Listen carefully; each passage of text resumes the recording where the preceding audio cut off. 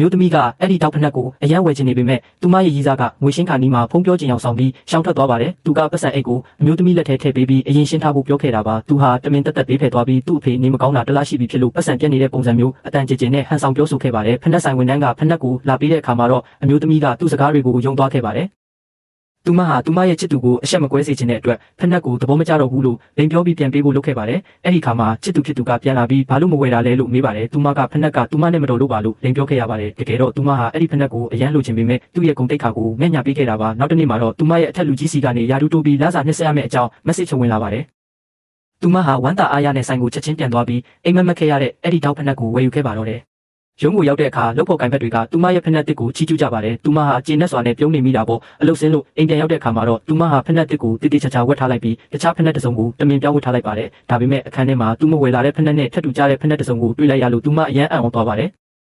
အဲ့ဒီအချိန်မှာပဲသူမရဲ့ချစ်သူဝင်လာပြီးဖက်နက်ကိုသဘောကျရဲ့လားလို့ညင်သာစွာမေးပါတယ်သူကသူမကိုထိုင်ခိုင်းပြီးဖက်နက်ဆန်းဝတ်ခိုင်းတဲ့အခါမှာတော့အမျိုးသမီးဟာစိတ်လှုပ်ရှားပြီးမျက်ရည်တောင်ကျခဲ့ရပါတယ်သူမဟာသူ့ကိုအထင်လွဲခဲ့မိတာအတွက်တောင်းပန်တဲ့အနေနဲ့ဟင်းကောင်းကောင်းချက်ကျွေးဖို့ဆုံးဖြတ်လိုက်ပါတယ်ဒါပေမဲ့သမင်းစားနေရင်းနဲ့သူမဟာနောက်တစ်နေ့မှာတခြားမျိုးကိုအလုပ်ကိစ္စနဲ့ပြောင်းရွှေ့ရတော့မယ့်အကြောင်းပြောလိုက်ပါတယ်အမျိုးသားကဘာမှပြန်မပြောပါဘူးအဲ့ဒီညသူမအထုပ်ပိုးပြင်းနေချိန်မှာတော့သူကမသွားပဲနေလို့မရဘူးလားလို့တိုးတိုးလေးမေးပါတယ်သူမကမရဘူးလို့ပြောလိုက်တဲ့အခါမှာတော့အမျိုးသားဟာစိတ်သက်သာရာရသွားပါတယ်